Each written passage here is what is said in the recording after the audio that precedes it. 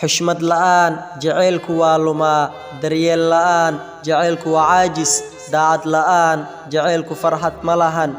aaminaad la'aan jacaylku waa mid aan degnayn goortii aad tiraahdo waan ku jeclahay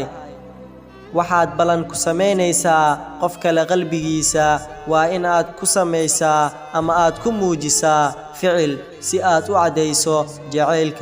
jacaylku ma ahan qiiro oo keliya jacaylku waa ficil jacaylku ma ahan dareen oo keliya jacaylku waa daryeel qofka sida dhabta kuu jecel wuxuu ka hor istaagayaa dambiga